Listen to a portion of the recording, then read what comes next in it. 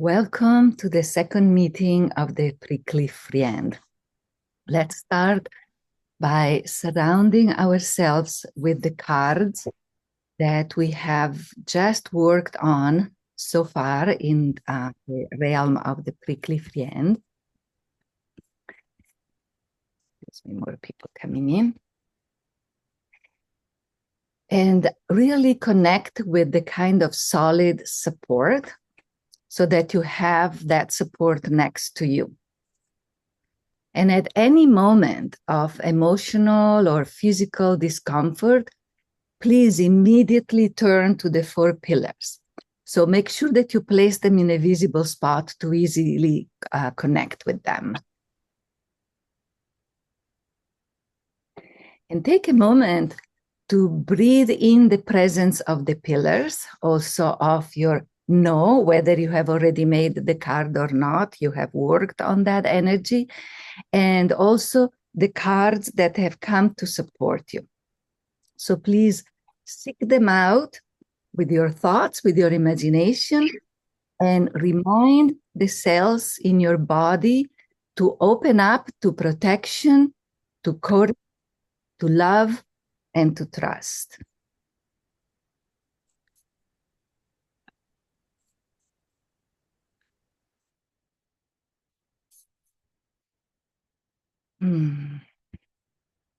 Let's take a couple of breaths to do that.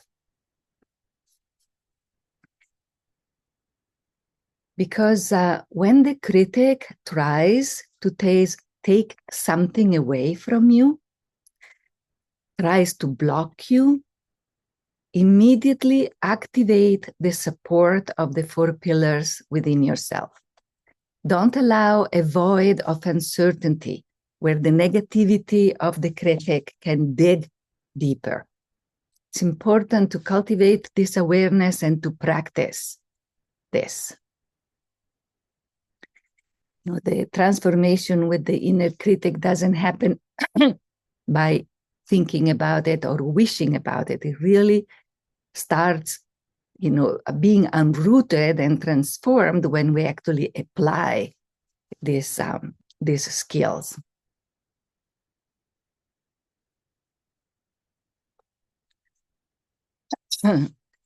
So understanding the etiology of the negativity of your critic, where it comes from, what caused the imbalance, is certainly interesting. And it is an excellent task for self-help and for therapy.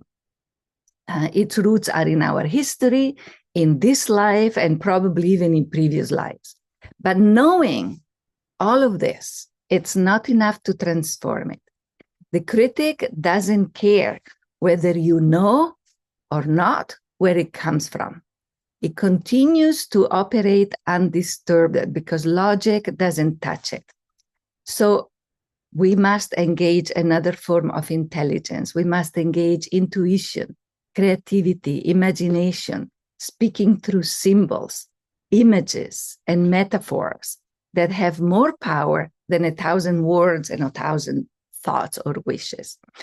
Only by committing yourself in this way to this work, accumulating enough critical mass at this level, you can transform its presence and the relationship that you have with it, independently of whether or not you understand all of its roots, where they lie, for example, as we already said, in the family relationships. As you know, we cannot change the past, but we can definitely change the present. Not only that, in the present, it sometimes happens that we marry or partner with personifications of the imbalanced critic, and we end up in harmful relationships because we project it externally and then find it embodied in flesh and blood around us. It doesn't have necessarily to be a personal, intimate relationship. Sometimes, the friendships also can become embodiment of the inner critic.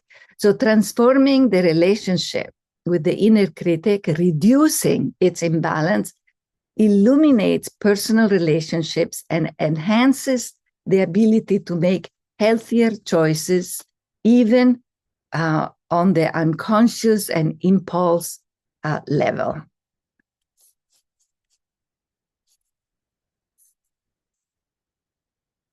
As we have seen, the imbalanced Kriti like to work in the shadows. It fears losing its privileges if it shows us openly, and it has good reasons for this fear. It fears the power of your mind and your will. And this is a good sign when the critic shows this fear, because it means that it is sensing that some change is in the air. Also, the critic itself fundamentally desires to free itself from this imbalance. And step by step, it becomes an ally in the process of healing itself. But in the meantime, it still continues to use its limited creativity to hide, to deceive, to disguise, to distract, and to seduce. It can become hypnotic and persuasive, as one participant said some time ago, or vicious, like a cornered feline. Imbalances in the inner critics are somewhat, they have a psychopathic flavor because they lack empathic capacity by definition, because they relegated this capacity to their own shadow, the shadow of this part of ourselves. Therefore, they can be disturbing, they can be threatening, they can provoke feelings of disgust, feelings of fear. All of this is part of the game that we want to expose. So it is important to delve into the details, because these details, even if unpleasant, communicate valuable information about the strategies employed by the critic to destabilize us. Does it seduce? Does it threaten? Does it manipulate? How does it do it? How does it have a grip on me, on my attention? What does it say exactly? And you can repeat the evocation that we are about to do. And of course, you'll have it in the recording. Whenever you feel the need to observe the changes that have already taken place and discover what to do to continue this journey of ongoing transformation, which typically doesn't happen all at once, though we certainly wish it did. So very likely in 6 months, you will receive a different image from what you experience today. And accordingly, you can visually modify your critic's card as well, or make another one. As I have already mentioned, I have 5 critic cards, and it was fascinating to express its transformation, the transformation of my relationship with it, and therefore its transformation also visually.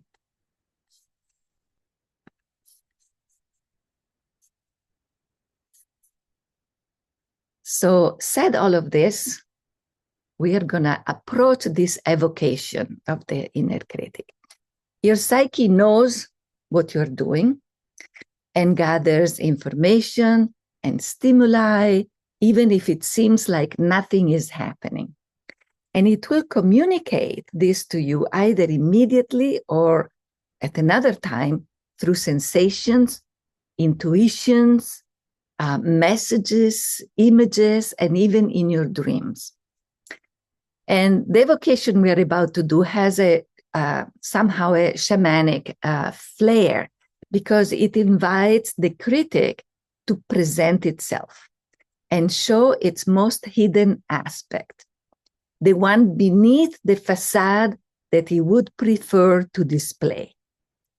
And the form in which it appears is symbolic and reveals its most authentic vibration of its current level of imbalance. How is it doing right now? How is it appearing right now? What is the energy, the vibration, the shape, the colors that it's taking at this moment? And also, it can reveal its cruelty, but also its suffering. Because beneath aggression and the desire for control, there is always some kind of suffering. Every part of us that takes on that bossy attitude usually has some, at least some of its roots in some kind of pain. And by now, your inner critic might have already begun to transform from the last meeting. So accept whatever comes and just gather information, gather data from what you see.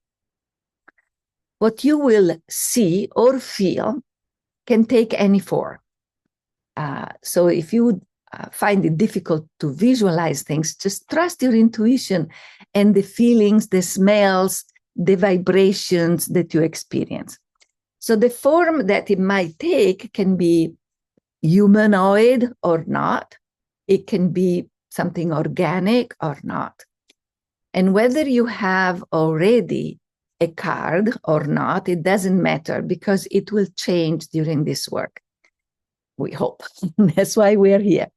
And the expression we evoke is that of the critic's shadow, so to speak. It's unbalanced part. Not to analyze or to psychologize it, but to receive an imprint of its condition, of its current condition, because its imbalance is, bottom line, a state of illness. It is not its essential nature. So the imbalanced critic may appear as a person, an animal, a monster, or a fog. Listen, feel its energy, and what impressions do you receive from this present, from this sensation? The details, as I said, are often really important. For example, if it manifests in human or semi-human form, you might notice whether it is dressed elegantly or in rags, if its hair is tidy or is dirty and disheveled. If it is a fog, you might notice whether it is cold, damp, or burning hot, and so on. So pay attention to your sensory, the sensory information that comes to you, the details that you are able to grasp. Once the evocation is over and it lasts a few minutes, you will take notes and explore what kind of associations emerge for you. Associations in free association writing, associations because images come, or sensations or memories come to the surface. So let's take a deep breath.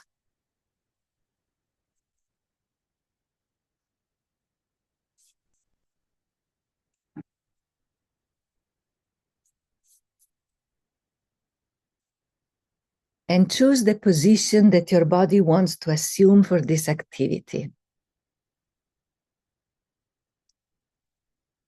And feel whether it wants to remain still or to move. And then ground yourself firmly in the support of the 4 pillars and any other card or part of yourself that may have intervened so far to help you.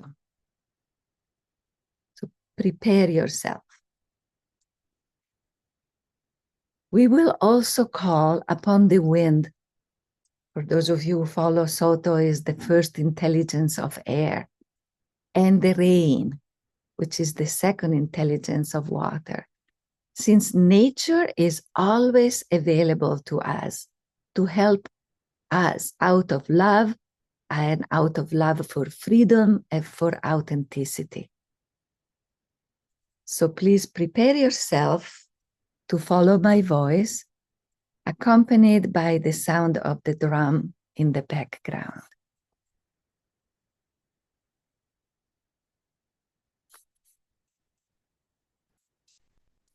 Let's take a few more breaths to really let your body relax.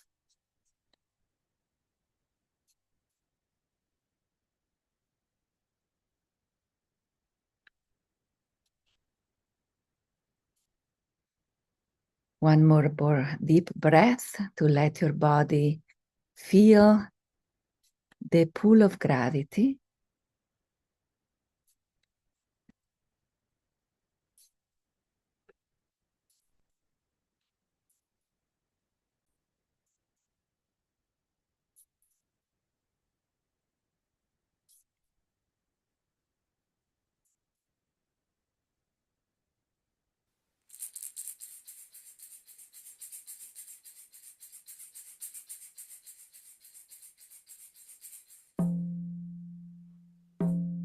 Close your eyes to enter the vital and creative depths of your psyche, where everything that can benefit you is accessible.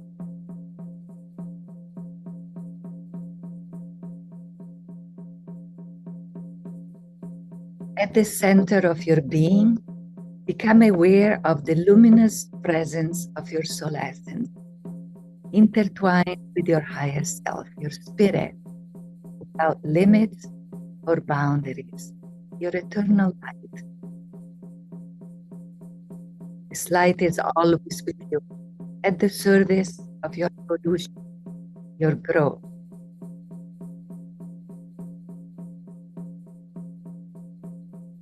Open yourself to the presence, to this presence, and ground yourself in the intrinsic love this light has for you, as well as your higher self. They are omnipresent, indestructible. They are the constant background of your being, the compassionate and powerful witness to the work that you are about to do.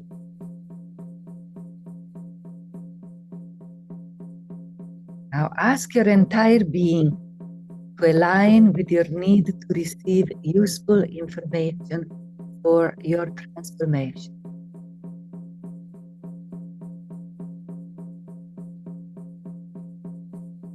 Let yourself be pervaded by this intention. The body is alert but soft, listening.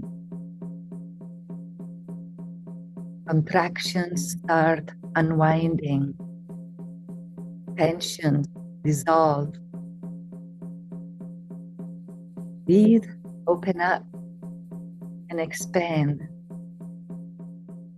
Broaden your magnetic field and make space for your inner light.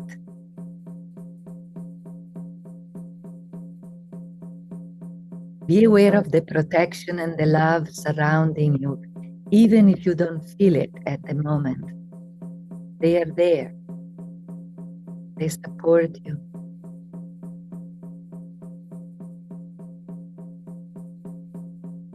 From the tips of your toes to the crown of your head, imagine a light pink wind carrying away all the unnecessary debris. Feel it on your skin.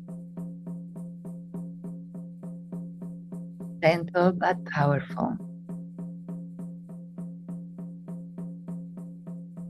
And from the crown of your head to your toes, allow a magical golden drizzle to caress you, to shower on you, filling you with love.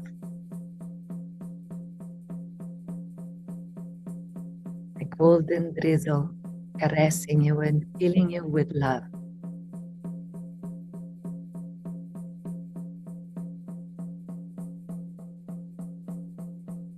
Invite your body to become heavier and your spirit lighter.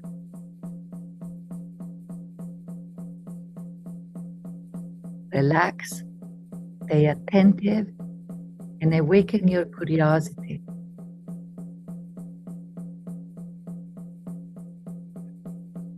And now, with a long breath, invite the deranged and balanced critic to appear in the magical and protected space of your imagination.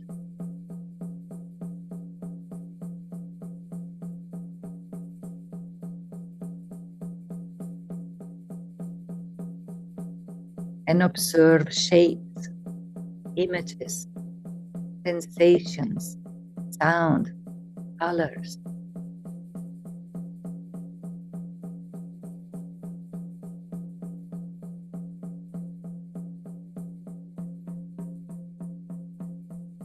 Call your inner critic for and reassure it of your positive intentions. You only know that you desire is to know it, and you mean no harm.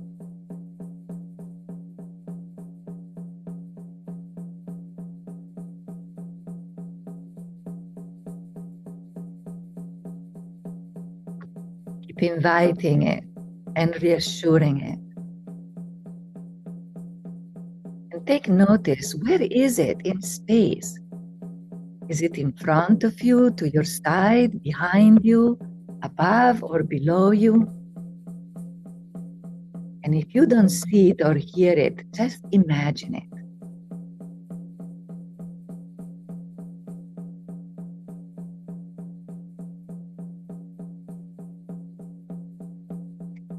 Stay centered and maintain contact with your 4 pillars and the love of your higher self.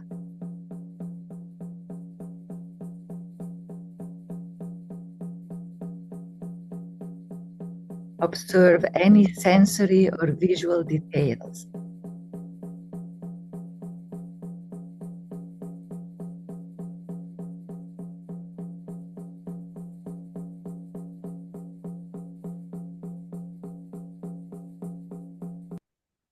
Feel the vibration, the frequency of its presence.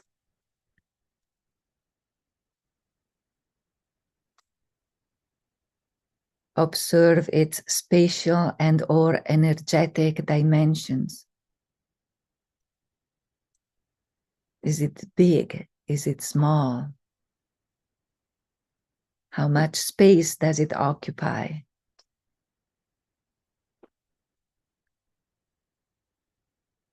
And take notice of how your body reacts to its presence.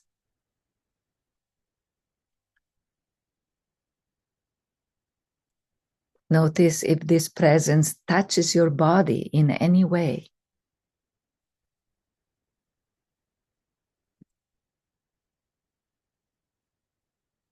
Listen with all your senses. Do you perceive sounds, smells? Is there a taste in your mouth? Do you feel something on your skin?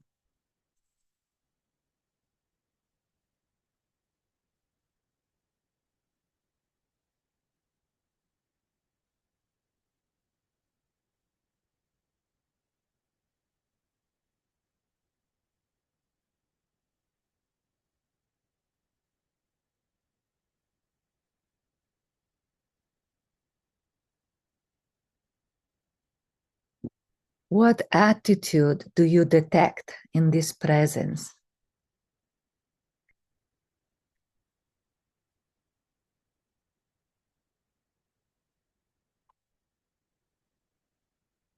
Again, reassure it. Tell it you only want to know it better.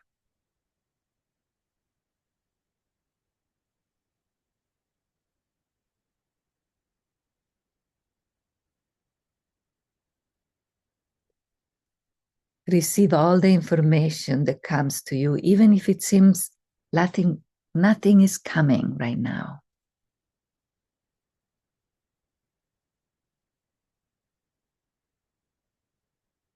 Be patient with your curiosity. The work continues even beneath your awareness. Your critic has heard the invitation, even if it is not appearing.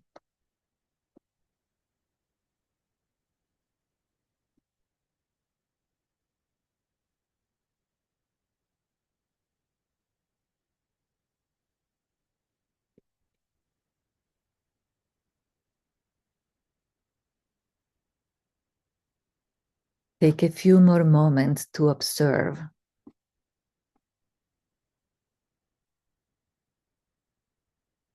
Observe and receive information with all your senses.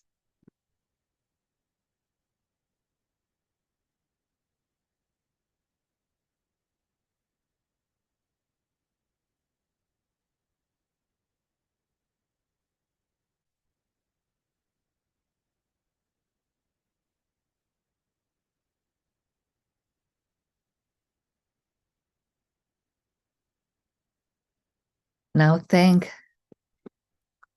whatever presence has appeared and bid farewell.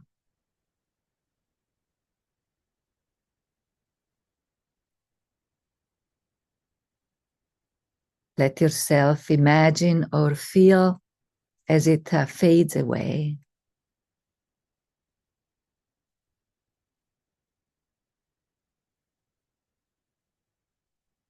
Bring your attention again to your body, to what you have experienced. What emotions are running through you right now? What sensations? What thoughts?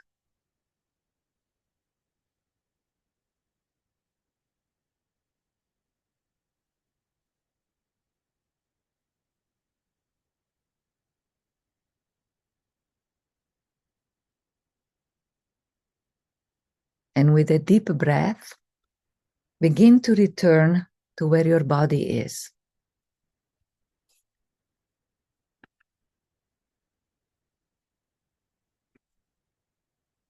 Step away from the evocation and use the sound of your breath to bring yourself back to the here and now in the physical space where you are.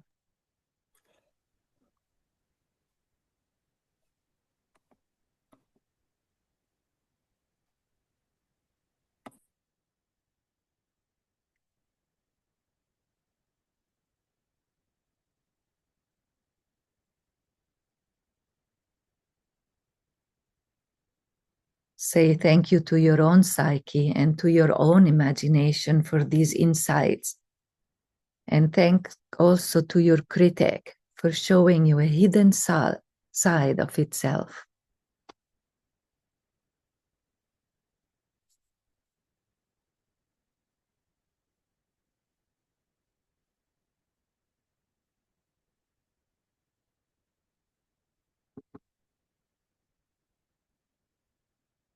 Now move your body in whatever way it desires.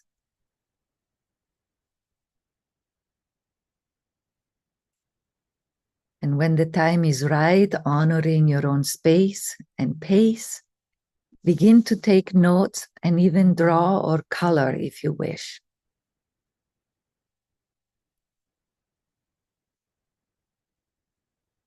We will take 10 minutes of silence to digest this encounter. So please use these minutes well, doing whatever you feel is right for you. And if you have any comment or question, something you wish to share, please write it in the chat.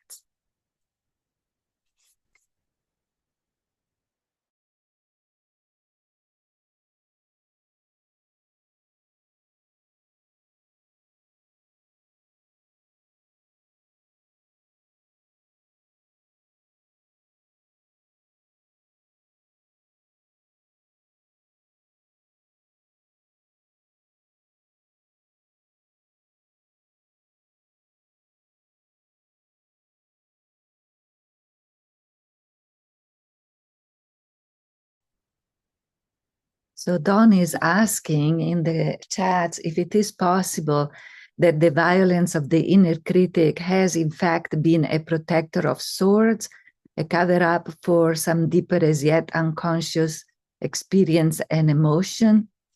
It could happen, Don, because the inner critic uses whatever, actually, I wouldn't say him or her specifically, but our system, our psychic system, when it wants to protect us from some memory, some experience, some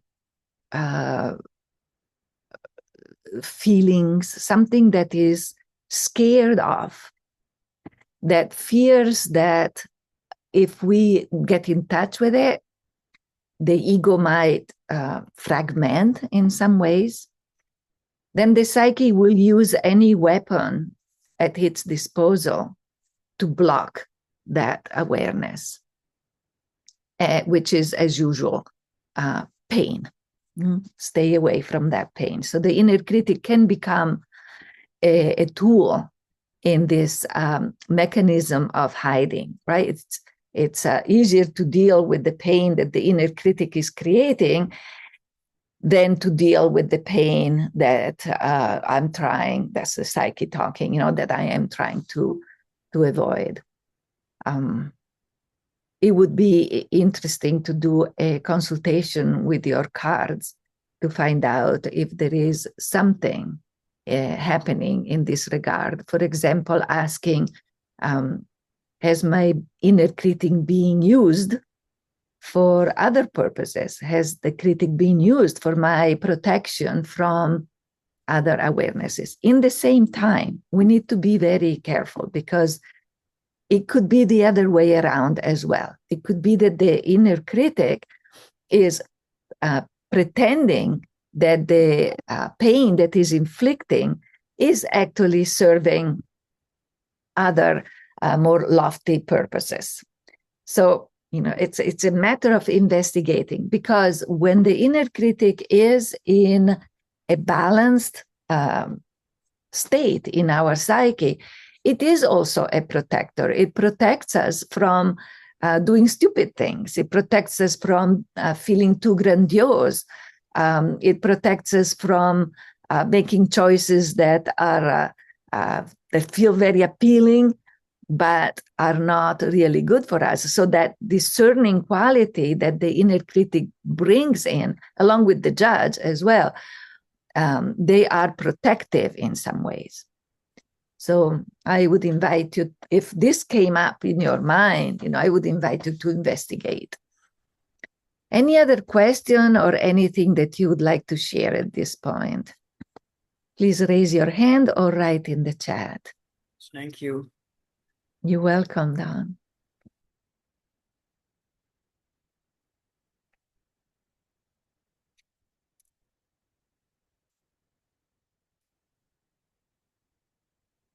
Anything that came up in the evocation? Yes, Lori, you said the imagery that showed up for me illustrated the physical impact of my critic in action rather than the critic itself. Absolutely fine. It's important information to receive because you can watch. How is it moving? What does it do to get me? Those are all interesting aspects to be aware of. And Judith writes, it's funny how the inner critic became an outer critic, my long past mom. Yes, Judy, this is also a very precious piece of information. It's almost telling you that your mom is living inside the inner critic now. And so when this becomes so obvious, it's interesting to, first of all, know, that voice is feeding. That experience I had over and over with my overcritical mother is feeding what I'm experiencing now. It's continuing through time, even if she passed away for a long time ago.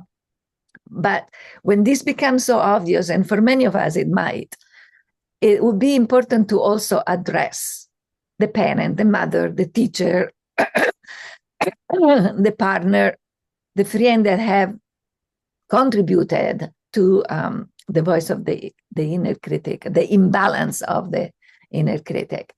So there are several things that you can do in that regard. You can write a letter, for example, Judith, in your case, to your mother, and say, this is what I have discovered.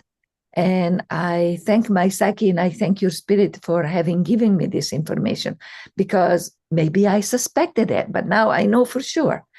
And I am telling you that it is time for you to go.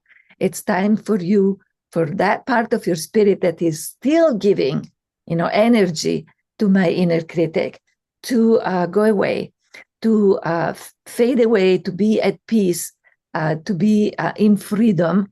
I don't need this anymore. You probably did it because you wanted me to be a righteous person or whatever other reason you might have had. It doesn't matter. Now it's time for you to go. So you can find your own words to express your desire to disconnect this voice from the past, from your inner critic. You can also consult your deck for this purpose and ask for suggestions to your deck. What should I really tell my parent or this person whose voice is in my inner critic, so that I help them know that their job is done. It doesn't matter what kind of job they did, if they did it right or wrong, for what intentions, what were their motivations. It's time to go. This part is done. So you make space. The other interesting exercise to do in this case is that some of you probably already know. If you don't, just let me know, because I will send you a page about that. Some of you might remember we did it in the filters and boundaries, when we separate from someone that have strong cords still attached to our subtle body, to our psyche, and we cut those cords so that they are free to be taken care of by universe, and we are free to continue our life without that undue and harmful, possibly certainly not useful connection that is not about love, but it is about bonding, it is about grasping.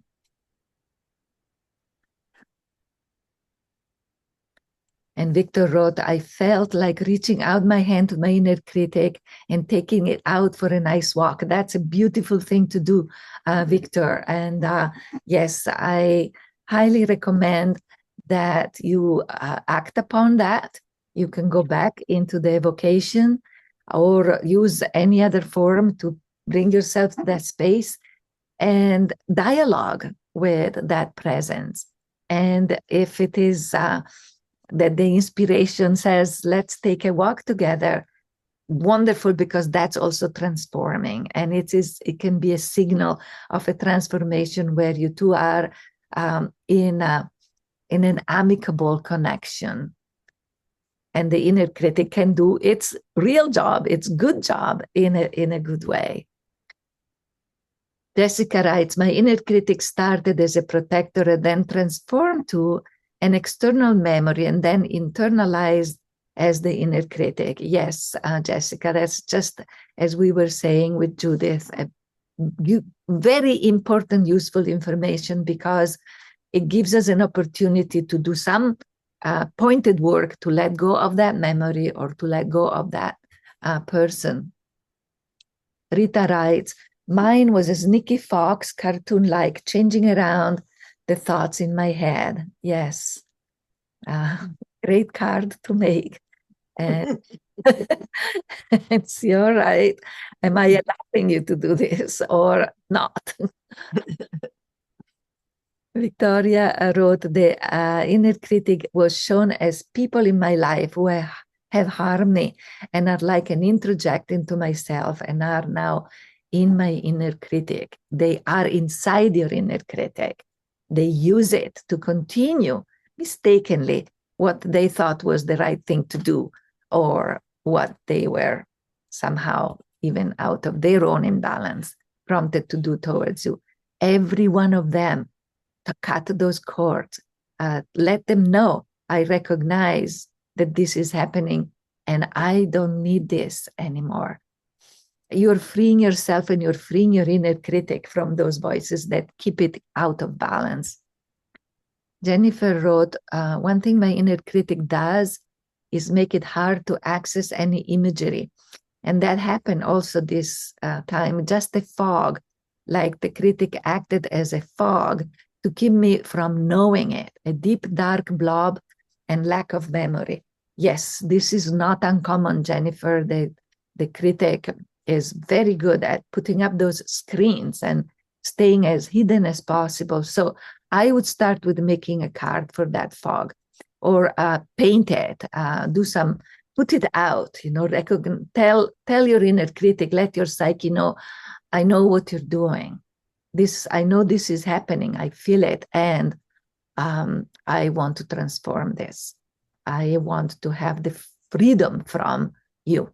I want to see you, not with any harmful intention. I just want to get to know you. Virginia wrote, images that I know I have in my collection kept popping into my mind during the visualization. And the most important thing is that my inner critic appeared to me as extremely lonely, yes, and wanted to be seen and held and loved. Yes, that is so true. And we will work on that together as well, because this is an essential key to the healing that the inner critic itself needs to experience in order to reach for its own balance and be able to be helpful to us. Isabel. So I've had this image in my deck for a decade, more than a decade, that has haunted me, that has not been willing to be voiced, you know. And immediately that image came to the forefront. And I was struck by my sense of repugnance, repulsion, just need to look away. But it wasn't fear. Mm-hmm. It wasn't fear. It was just needing to look away. And I've always kept this in my deck. And now I think for a very good reason. And then I felt with the light of my own inner soul essence, surprised at the suggestion that I would tell it, that I mean it no harm. It's like inside of me, it never occurred to me to tell it that I mean you no harm. I don't want to do you. I have your best interest at heart. And with that, my own light expanded up through my crown.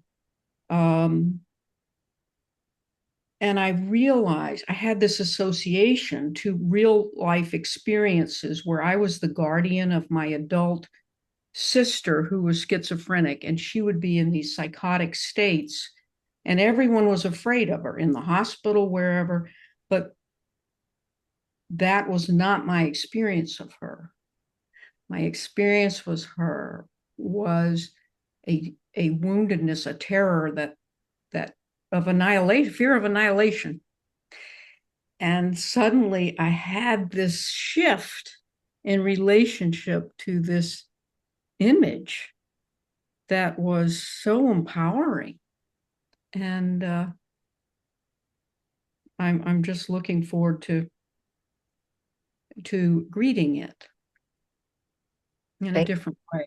Yes, thank you so much, Isabel. This is such a beautiful experience, powerful experience. This is really when we go and move some of those root places inside of ourselves, and we bring a different perspective, and then everything has the potential for changing. Thank you so much. This is really also very, how to say, empowering for me as well to see that it works when we do this, when we trust our own inner wisdom and intuition, it works.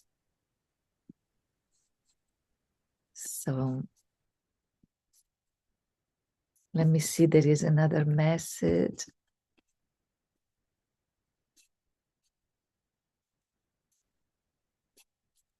Marion, my inner critic was a shapeshifter. Yes, they like to do that. Who don't they?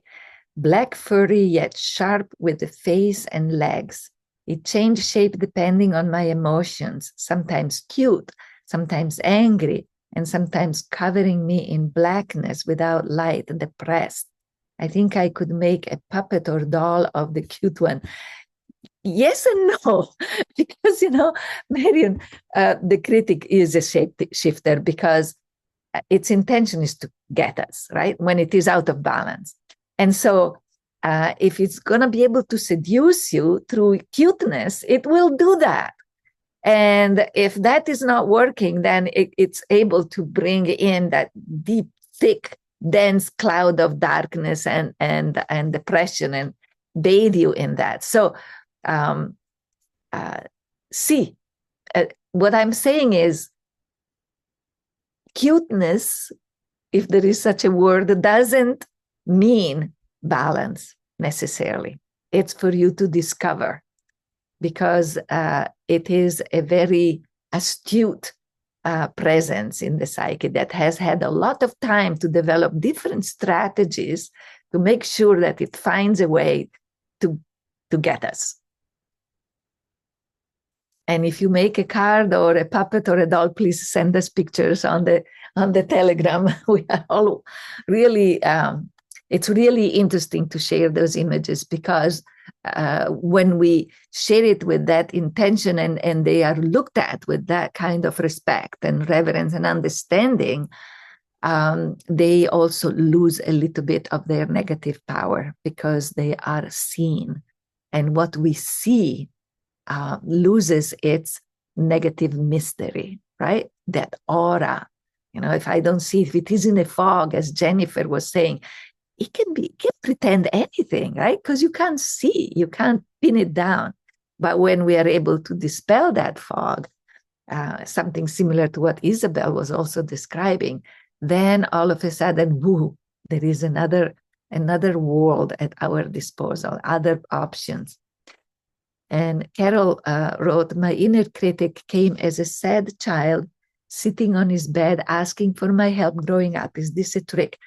You will find out, but in the evocation, usually, what we were asking was, show me your hidden face. And the hidden face could be the thickness of the fog, for example. It could be the presence of, what voices are actually feeding the inner critic, but it could also be its suffering. And so I will repeat the same thing I told Victor earlier. Try it out.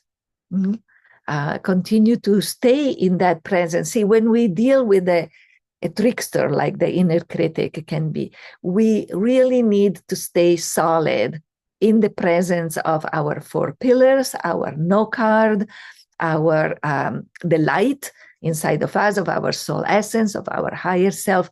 We need to have our protection and our groundedness really clear and present, because it could be a trick, but it might not be a trick. And to be present and grounded and firm never hurts. It doesn't hurt anybody. It doesn't make you less available. In fact, it makes you more available, but with your eyes and your senses really open, so that you discover whether this is a trick or not. But as we will also explore, as I said, the inner critic needs our love, needs our understanding to be able to transform. And we will work in a way that is a little bit, it might not appear straightforward, but it is the most effective way that I have discovered so far. Shannon wrote, my inner critic was a small multiple sword-carrying monster that was out of control and seemed to be scared. The background was rainbow-infused fog, and it seemed to live in my throat. Very useful information, Shannon.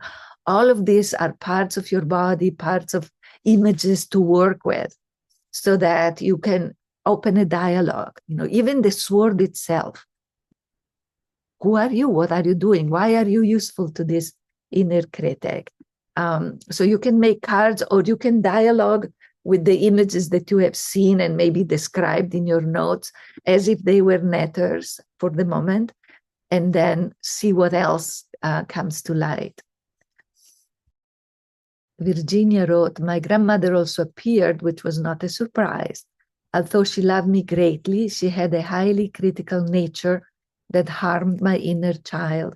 I realized that I'm getting closer to forgiving her, perhaps through this working with the inner critic.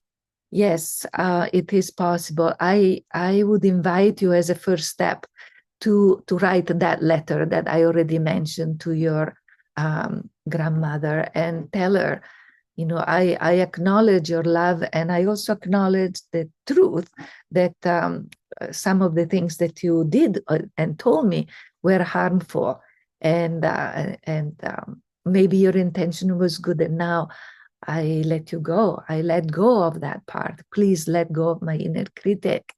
I'm freeing you as you free me. And then forgiveness, if it is meant to be, will come organically. And that could be a very beautiful experience. And Gillian writes, will the inner critic always be a trickster even when it's coming to balance and being healed? Or is that one of his tools for protecting its own pain? Yeah, usually, at least in my experience, and again, you know, it's my personal experience and it's my professional experience, usually the inner critic, once it is in a balance, it doesn't need to be a trickster. It might have a sense of humor. For some people, it gets to that place, but it doesn't need to shape shift. It can be very straight and clear and authentic. It's there to support you to stay in the right path, in the middle way, you know, to and protects you from wrong choices, and also can become a protector towards those voices that come from the past. Because one interesting thing that happens is that you write those letters, right, to those voices that are infusing your inner critic, and then that separation starts happening. You know, there is a diluting of the grip there, and then they become no longer feeders to your inner critic, but they might show up anyway with their critic voice. But then you go like, oh yeah, that's mom talking. You know, it doesn't have to be your inner critic. It's a memory that comes up, and the memory might be unpleasant, right?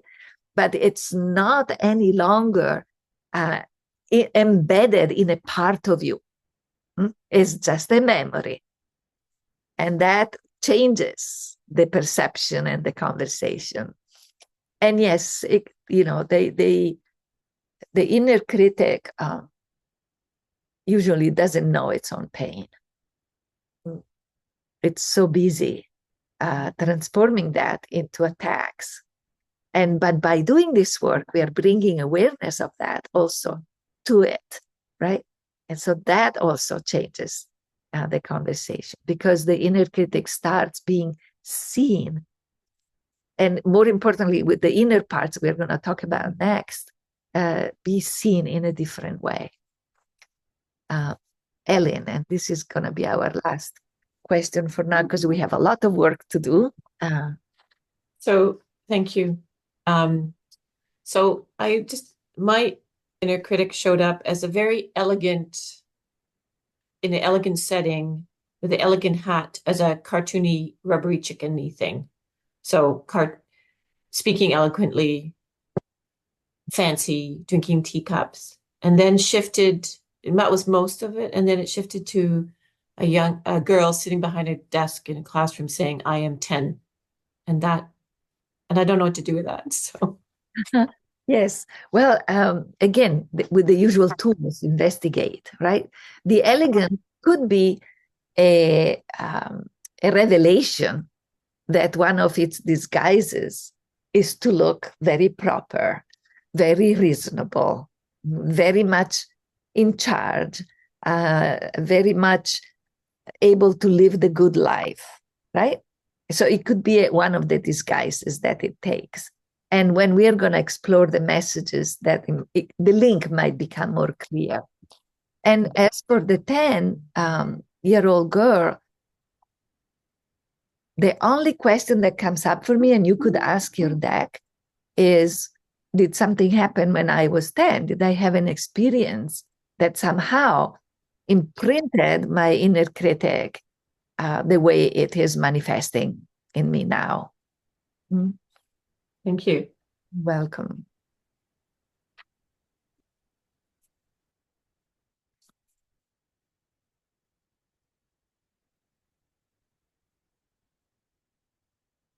So, thank you for all these great questions and comments, a wonderful conversation. So now let's take a deep breath to proceed to another level of unveiling, which consists of a dialogue that you will carry out by writing or recording yourself. You will dialogue for a few more minutes again with the being that you saw, in whatever form it appeared to you, whether abstract or concrete. And my invitation is to start by giving it a name. Give a name to what you saw or perceived, even if it seems like you didn't perceive anything. Ask one of your cards to suggest a name, to give substance to this presence, and trust that your inner wisdom knows exactly what you're talking about. A name could be unbalanced critic, porcupine, the malevolent one, Archibald, the mischievous one, the seductive one, the one ready to change, the big fog. Listen to your intuition's suggestion. And if you want, you can also make a sketch or find an image that represents the energy that you saw at this during this evocation. If not, if you don't find an image that literally represents what you saw, but at least, the energy, the sensation. So prepare yourself for a cross dialogue with this presence to discover more deeply what it says. Take a couple of minutes to find the name, make a sketch, or find an image. 2 minutes.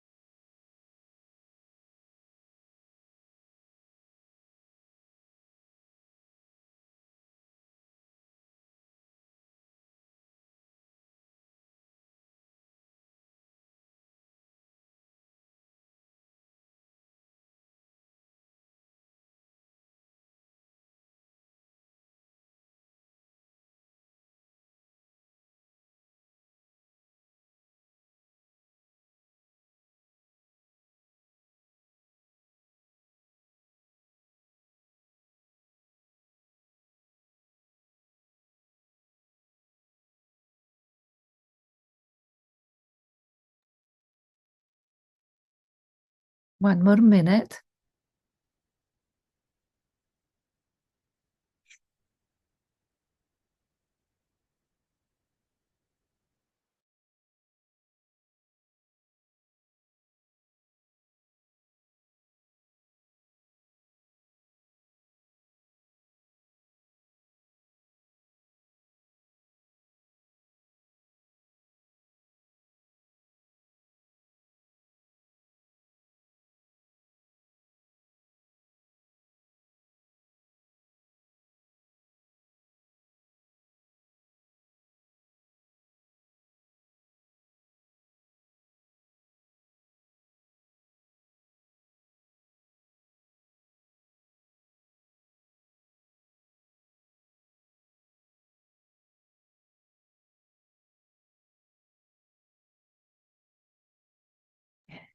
Please complete the sentence you're writing. Now you will officially begin to bring to light the critic's messages, those messages that diminish, confuse, or constrict. A couple of things to keep in mind before starting. The unbalanced critic tends to be very unoriginal, quite repetitive. I think if you haven't already noticed, you will quickly discover that it tends to repeat itself and say the same things. There is a certain monotony to the message it carries because creativity is always lost when there is an imbalance. Nevertheless, even though the words are repetitive and ultimately also kind of boring, the negativity comes through and it hurts. What matters is the energy with which they arrive. In this lack of creativity, in this unoriginality, there is a current of malice. So even if the words may seem silly, sometimes childish or very, very reasonable, what reaches our body and our soul is toxic because it's an untruth, as we have already seen last week. Another thing to keep in mind is that despite manifesting in harmful ways, in its essence and original function in our psyche and personality, as you know, the inner critic fundamentally has good intentions towards you. Never forget that, because it can get scary at times and so powerful. It's so disgusting and repulsive, as Isabel was saying, that it's like, what? A positive intention is not possible. But at the bottom, hidden very well, sometimes it is there. Even if it seems almost impossible to imagine it having a positive role, a time where its thorns serve to alert us and not to wound, even if it seems impossible to imagine, awaken trust. Remember from last week, and remember its true nature. It's a task, and I repeat this so that we kind of get it into our bones, is to keep us honest, to keep us realistic, without grandiosity or exaggeration, and without malice towards others and towards ourselves. The unexamined, unbalanced critic is free to spew out its negativity. It is a painful and disagreeable presence, but the balanced critic is a friend. Yes, we can take a walk hand to hand in the woods, and quickly, yes, it will, always be ready to point out things that maybe we don't want to see, but those are for our benefit. So prickly, but also full of flowers. So your first step now is to write another message to the critic as you experience it today. Something even small might have shifted. And please do it on a separate sheet or page. And write without holding back. The most important thing is sincerity. Don't worry at this moment of the intensity of the words you choose to use. The violence suffered often transforms into violence inflicted. It's better to recognize it and bring it to light.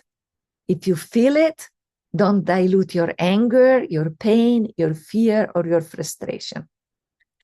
The message might be very simple, like, now the game changes. Let your intuition and emotions express themselves in a few clear, concise, and above all, sincere sentences. Don't try to sugarcoat it. Let your truth of this moment come through. So let's take 2 minutes to write this.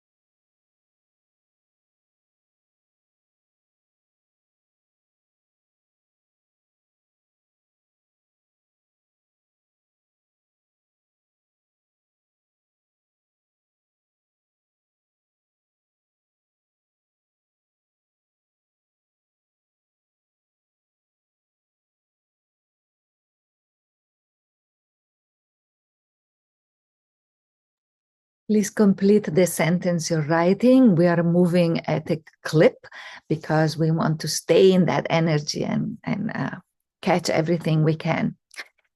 And now, with great sincerity, look inside of yourself, because you will need to make a choice, and do so with kindness and flexibility towards yourself.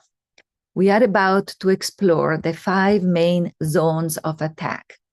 Those are the favorite battlegrounds of the unbalanced critic, where it often strikes with the most intensity. It's possible that your critic doesn't act up in all of these areas, but I suspect it might be active at least in one. And you have everything also in your handout. They are already posted on the website, and you will also receive a message with the link to the recording, the link back also to the same page in the website. And Beatrice wants you to know that tomorrow she's not available for help if you need it, but Monday she will be able to respond to messages. So let's look at the zones, the battlefields. The first zone involves your body, how it judges your appearance, how you move, your shape, and so on. And this is a fairly obvious and common area, and it's full of traps. The second battleground is social situations, how it judges your behavior with others, how you interact in public, how you relate to others, the image that you present to the world, and how others see you according to the critic. The third battleground is about your choices, how you use your resources, your time, your talents, and how you act in the world from that perspective. These messages might sound like, oh, you don't have what it takes to do this or that. You are wasting your skills. You are wasting time on pointless things. You're spending your money in the wrong way, and so on. The fourth battleground, closely related to what we discussed about love in our first session, is intimate relationships. The critic says, you don't know how to love. No one truly cares for you. I will prove it to you. You don't deserve love and don't deserve true friendships, and so on. And this hits really hard our need to be loved, to share love, and also to love. The fifth battleground is intelligence.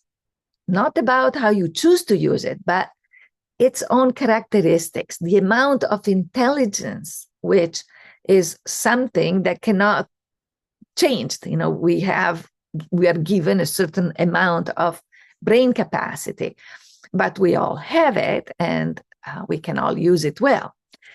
So this battleground is connected to the use of resources, but differs from that battleground because here the critic attacks directly your intelligence, saying things like, you're not smart enough, you'll never understand this, you don't have enough brain power, just look at what others do, and you will see what I mean, on and on this way.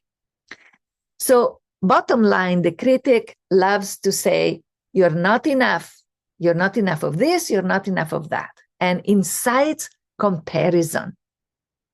This is one of its infallible weapons, because there is always someone ahead of us in any area of life, whether financial or spiritual and anything in between. Comparing ourselves to others is a dead-end street. We will always hit a wall, it's guaranteed. Moreover, society, school, and sometimes even family teach us to compete and compare ourselves. I have worked with quite a few very successful people from the point of view of, their position in the world, in their professions, and they were consumed by the feeling of being less than, of being inadequate. And who feeds this feeling and prevents them from enjoying who they are and what they have actually achieved? I let you guess who is the culprit here. So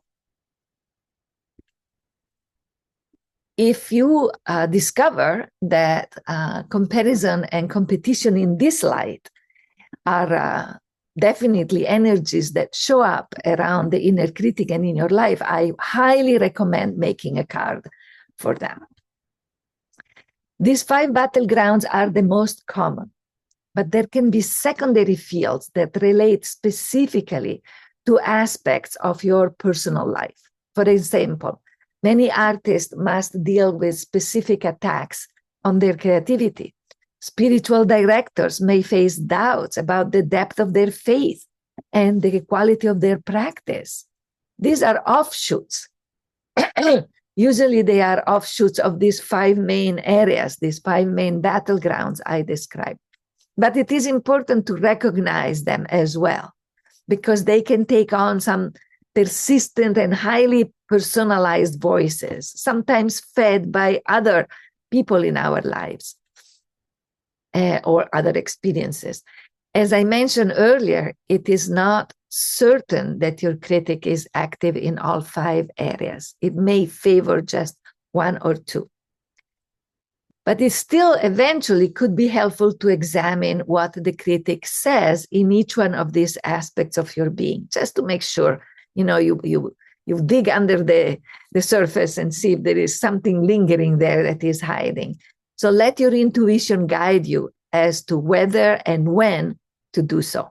But now it is time for you to make a decision, because I'm asking you to delve deeply into one of these battlegrounds to recognize as precisely as possible what the critic communicates in that area.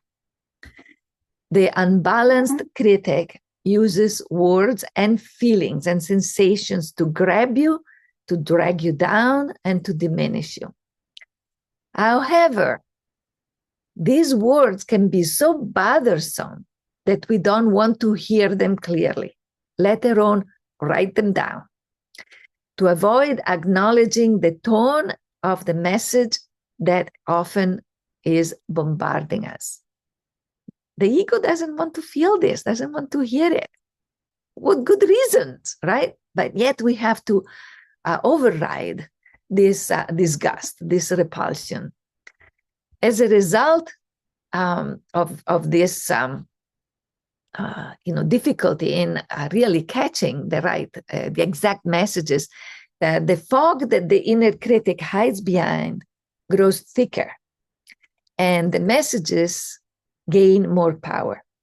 So I invite you to give yourself full permission to be honest and at the same time gentle with yourself as needed. So now, please, choose one of these 5 battlegrounds to unmask what the critic is actually saying in that area. I will repeat them in a moment. First, I'd like to tell you the 2 ways in which you can do this. The first is by writing about your experience. For example, you look in the mirror and a voice starts criticizing. Your legs are crooked, you have too much hair here, your nose doesn't look right, your hair should be different, and so on. Describe the situation as if you were a reporter, giving an account from the outside, or do it as a journal entry. And then look inside yourself and describe what you feel, how you react, and how your reaction impacts your behaviors and your choices, while still keeping a little bit of a distance, a little bit of an observer position on this. So this is one way to start entering into this. The second way is that you can investigate this directly interviewing the critic. You can tell your critic, tell me exactly what you say when I look in the mirror or catch my reflection in a store window. What are your comments and opinions? What do you whisper or what do you say loudly? Ask it as many questions and don't let your inner critic get away. Even if it is still just a thick fog, the fog has a voice, believe me, and it's whispering in your ears, even in that shape. And then, of course, after you have had this investigation,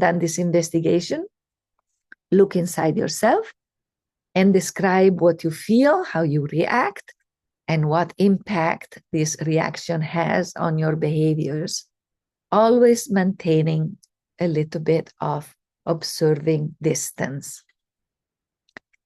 So this is not pleasant. So trust your intuition to guide you in making your choice. You don't have to start with the area that causes the worst pain, the greatest difficulties. Let your intuition be kind to yourself and help you choose. So I will just repeat quickly what are the 5 areas, the 5 battlegrounds. The first one has to do with your body and your looks. The second is about social situations, how you relate to others in public. The third one is about how you choose to use your resources of time, money, talents. The fourth one is about intimate relationship, friends, lovers, partners. And the fifth one is about your intelligence.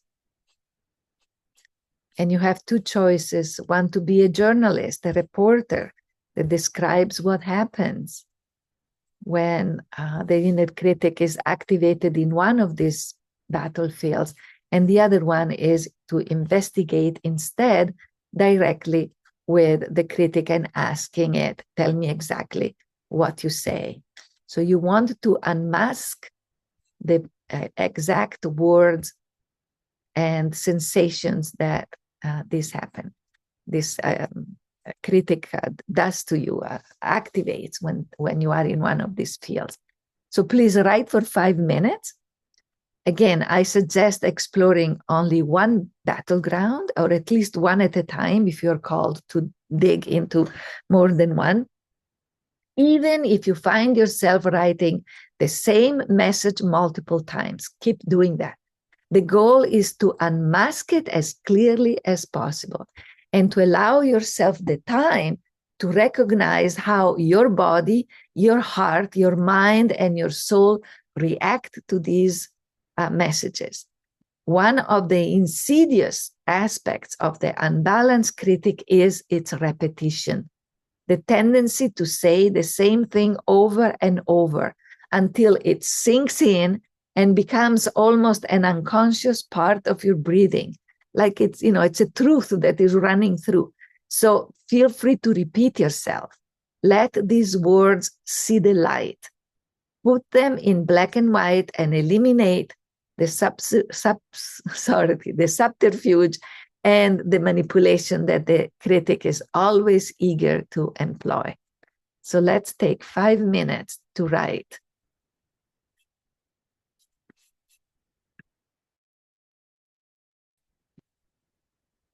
If you feel uncomfortable in any way, please go back to the 4 pillars. The inner critic wants to distract us from this work. So it can do just about anything, give you a headache, make you very hungry, feeling like, oh my gosh, I have to write my grocery list right now. I cannot wait another moment. Anything can happen to take us away from the task. So like one of those colorful mobiles that we hang over a baby's crib, when one piece moves, the others inevitably shift too. Whatever battleground you have chosen, the others are affected as well. And I assure you that the inner critic has perked up its ears. And over time, at your own pace, as I said, you can explore the other battlegrounds as guided by your intuition. Tackling them all at once is generally too intense. There is no need to rush anything. What's important is that you use the tools that you are gaining here at your own pace, but that you use them. Before taking the next step into this dense and somewhat swampy area of the work that we're doing, let's take a 5 minutes break and use it wisely to care for yourself. Do you need to talk to someone? Do you need silence? Which element do you feel drawn to? Fire, earth, water, air? Use 5 minutes well for your self-care.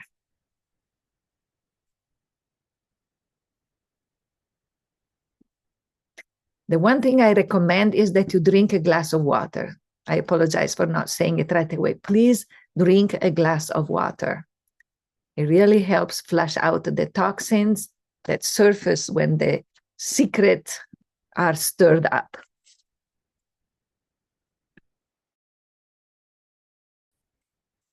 Shake your legs and arms, move your hair with your hands or a brush, brush your body. Do whatever feels right, but I insist on doing at least a little bit of movement to cleanse the field. So once again, sorry.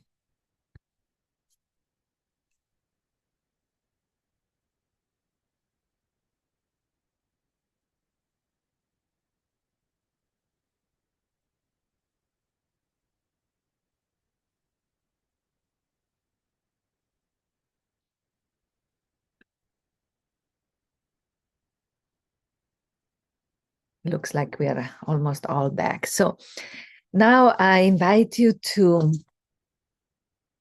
recognize deep within your being the parts of you that believe the messages that the imbalanced critic has spat out in the battlefield that you have just explored.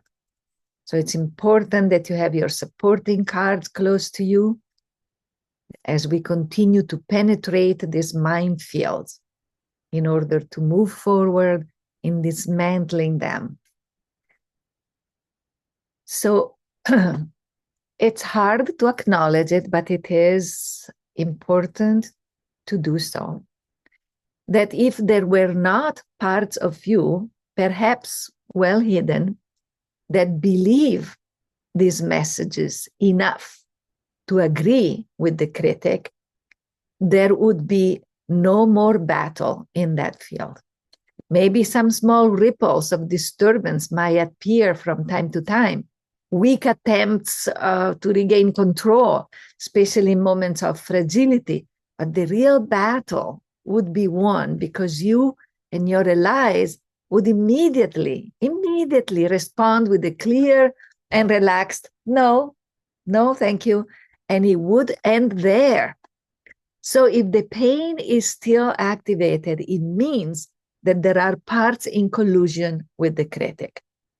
But I remind you, and please listen very carefully, this is important, that there are also parts of you simultaneously capable of observing all of this, observing these messages, knowing deeply that they make no sense. For example, let's take the body. My critic for a long time said that my nose was too big, too crooked, it was mishappen, etc., etc. You can imagine who influenced this in my family and culture. A part of me, let's say the aesthete, I hope that's an English word, the one who really looks for elegance and beauty and perfection, immediately agreed, saying, oh, it's true, it's asymmetrical, it is not right. There might be also a child part that says, then it means that I'm not beautiful. How I wish I were beautiful with a perfect nose, etc., etc.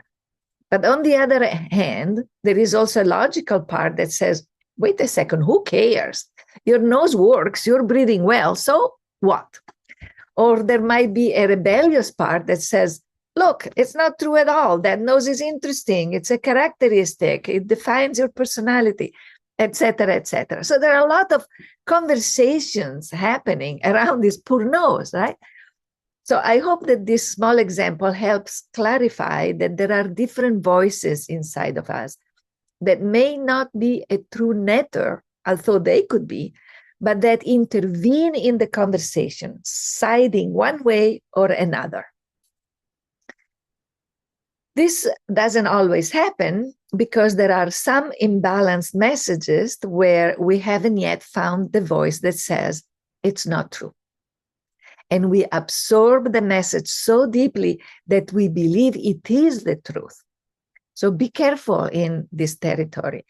Naturally, it is undeniable that my nose is long and crooked.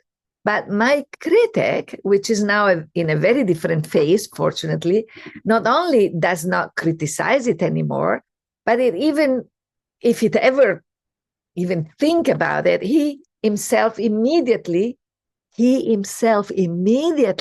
invites me to accept the reality of my nose and reminds me that in no way it defines who I am. Not believing the critic doesn't mean denying certain obvious realities. It means not allowing it to use them to diminish us by assigning them meanings and consequences that they don't have. I'll repeat this sentence because it's really critical.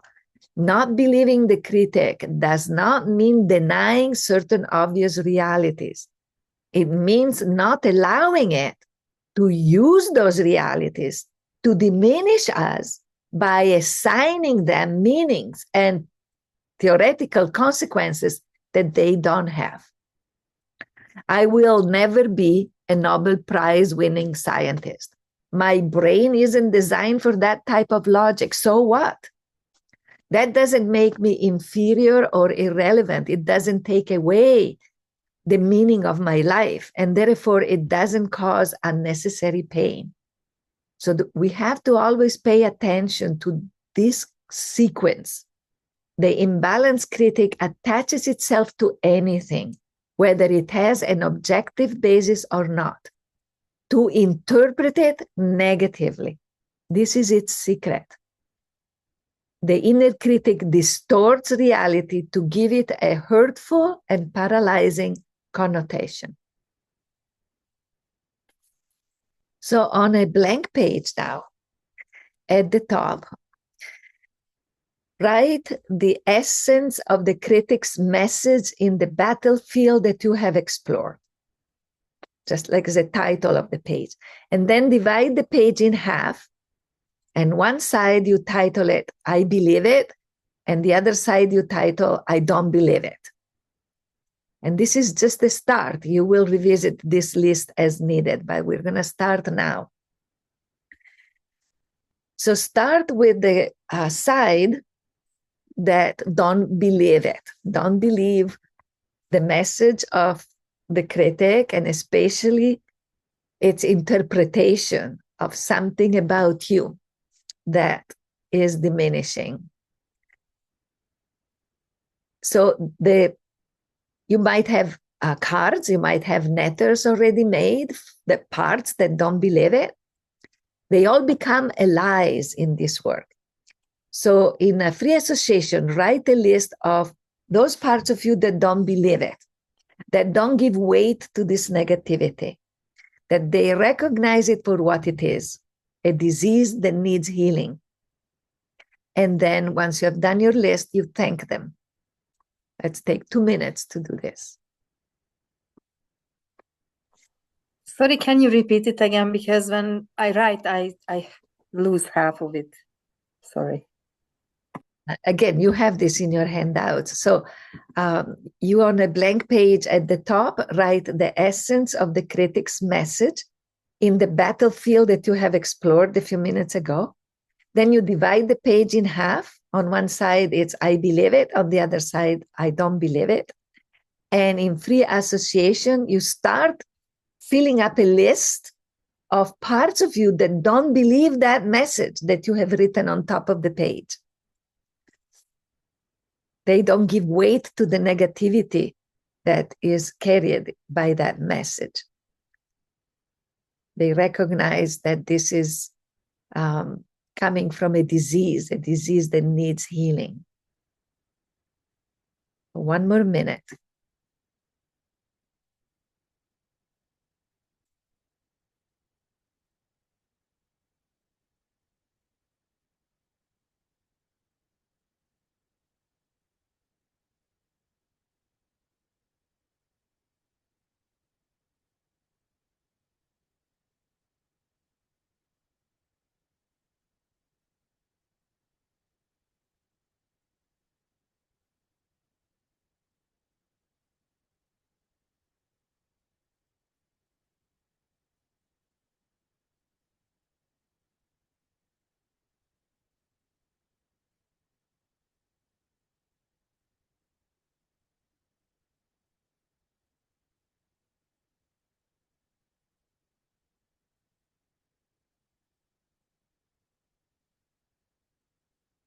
And whenever you're ready, shift to the other side of the page and start also with free association.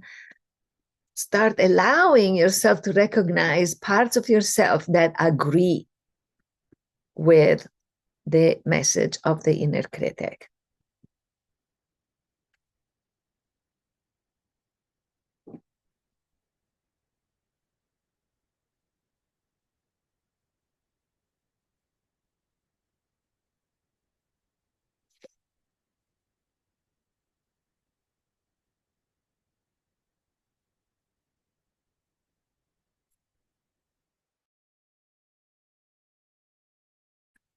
Please complete the sentence you're writing.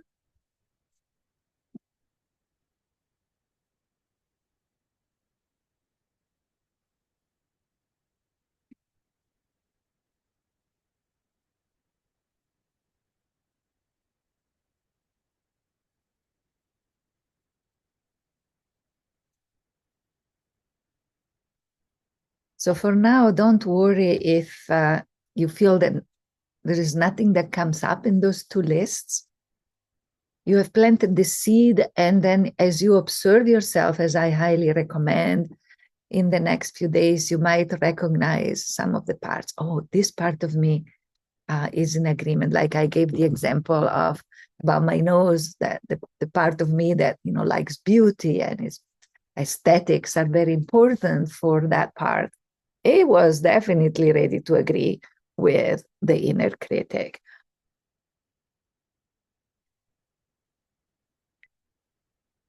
So I need to talk to you about the elastic effect now.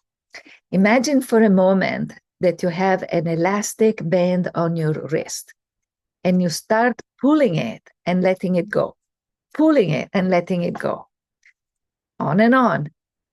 Imagine doing this 15, 20 times. What happens to your skin? I'm sure it becomes red, it gets damaged, you will feel pain. And what happens if you continue? A wound will form. And this is the result of repetition, is the elastic effect. This is so important to remember, because there are parts of us that don't realize that by aligning with the critic, they allow an elastic effect in the soul, in the psyche, in our heart. That creates a state of emotional and cognitive confusion. It might be very subtle, but it's there. It leads us to think that the pain, the discomfort and the suffering that we feel are proof that the message is true. And they're not a result of the malice that is inside that message. And this is illusion, is that I am suffering because I really do have a crooked nose. This crooked nose is the cause of my suffering. Absolutely.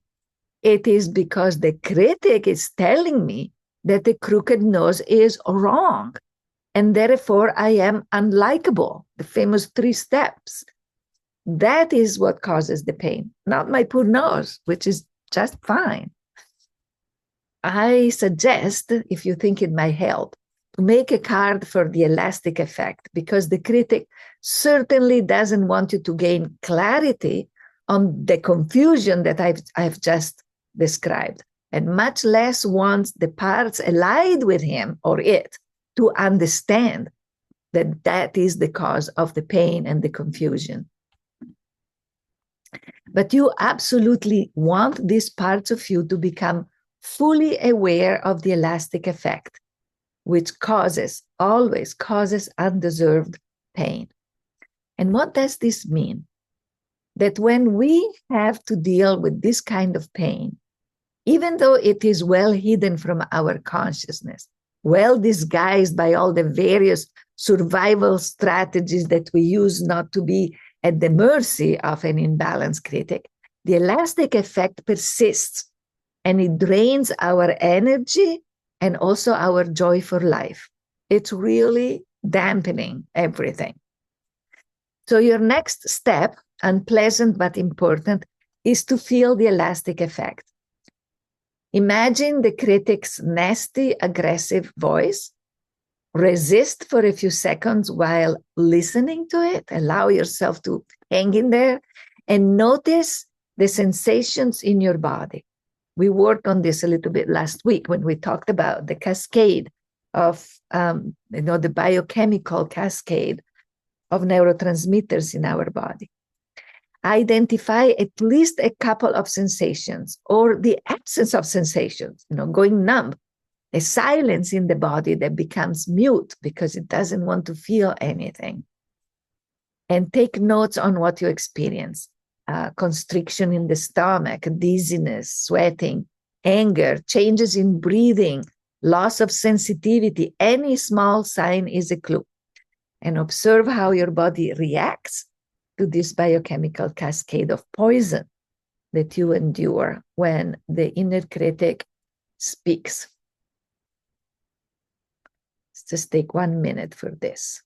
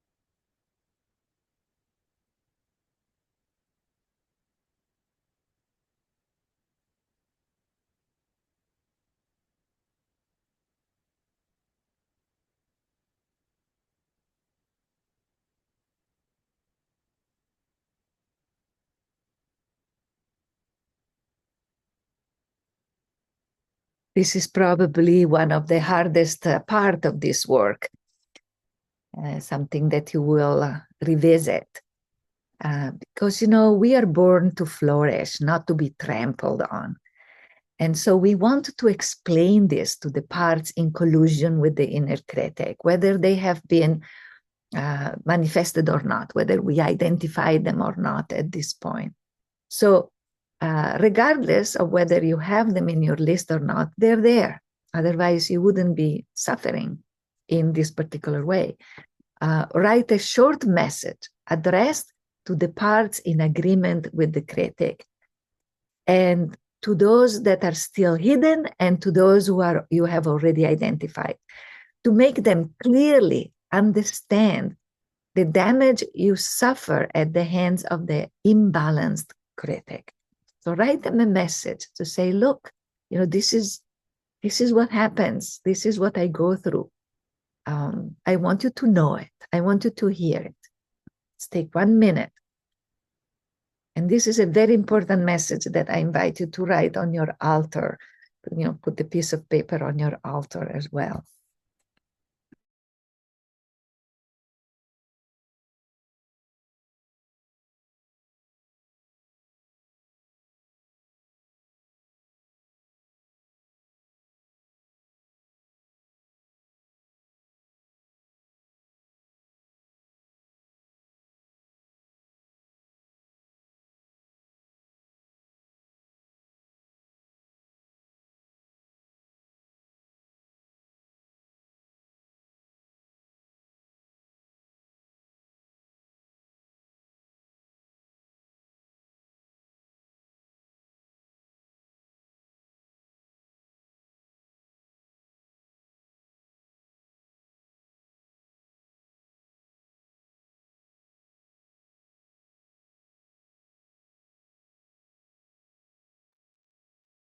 See, at this point, you're not even trying to convince these parts to take a different attitude. You just want them to know your truth.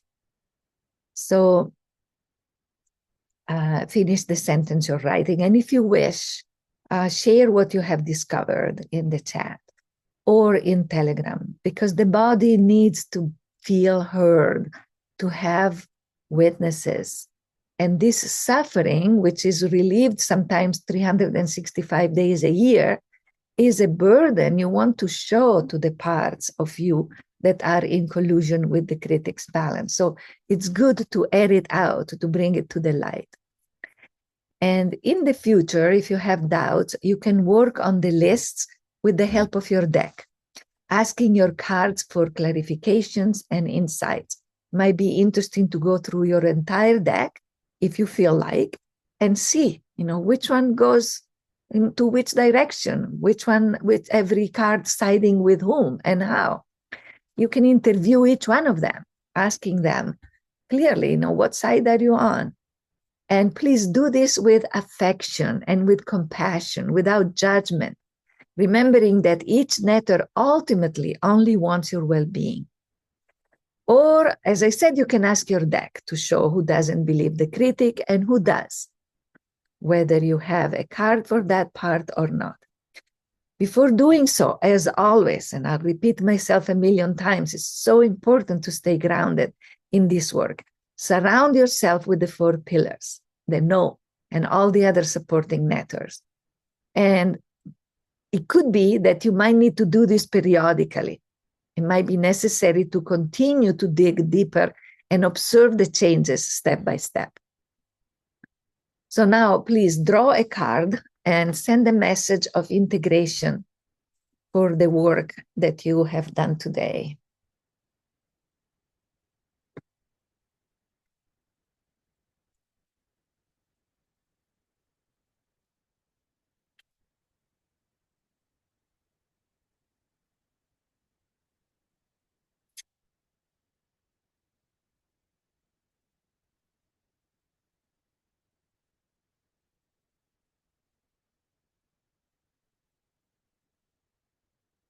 You have evoked the unbalanced critic. You explored the critic's favorite battlefields.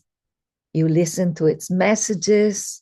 You started unveiling the parts of yourself that reject the critic and those that accept it. And you have experienced the elastic effect. This is all ground for our next meeting.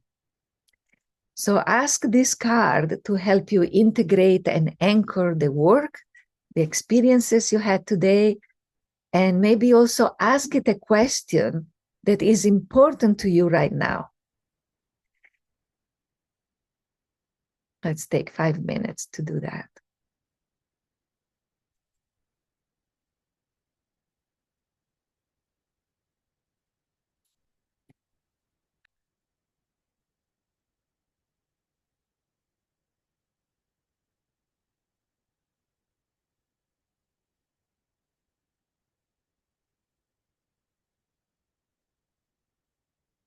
So thank you so much for the work you have done today and for what you have already shared on Telegram and here in the chats. I was delighted to see some of the cards and read their voices.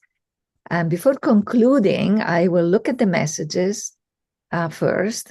Sorry, let me do that.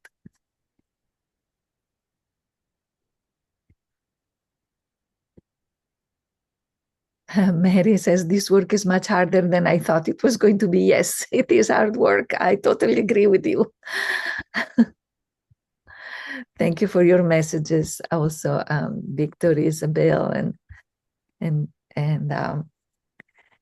do we do anything to ask the critic to settle down and be gentler? We'll work on the relationship with the inner critic and in the next module. We still have a lot of work to do. So I invite you in the meantime to invest a bit more time in this work between now and our next meeting, and follow your intuition. Strike while the iron is hot, but without forcing anything. Do it gently and pay attention to your dreams. Hold on, there are a couple more messages.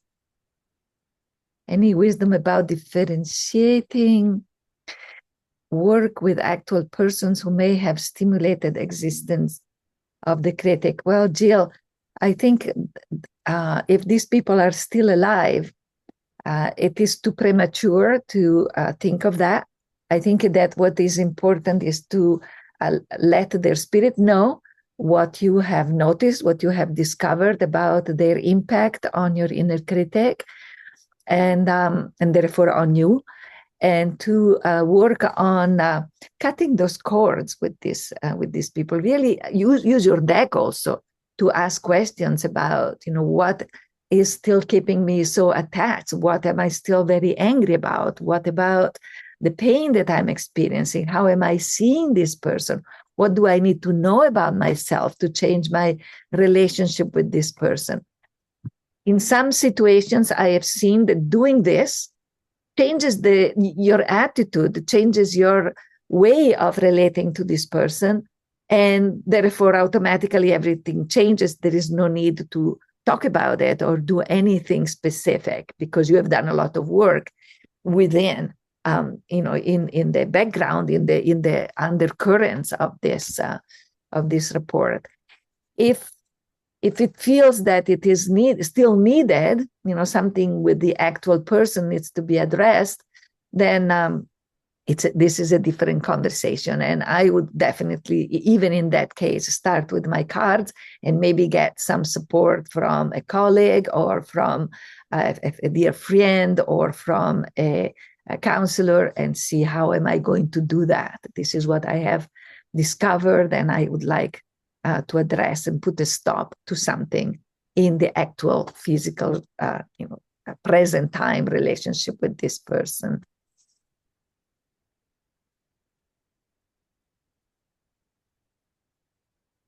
Oh, Gillian said, I had such intense and complex, rich dreams. Yes, this work moves a lot of inner stuff for sure. So thank you. And Susan, we'll miss you, and we'll think of you during the next module. So I send a big hug to everyone. Again, my gratitude, my congratulations. Don't forget your trust pillar. And I will see you next week. Very good work. Thank you.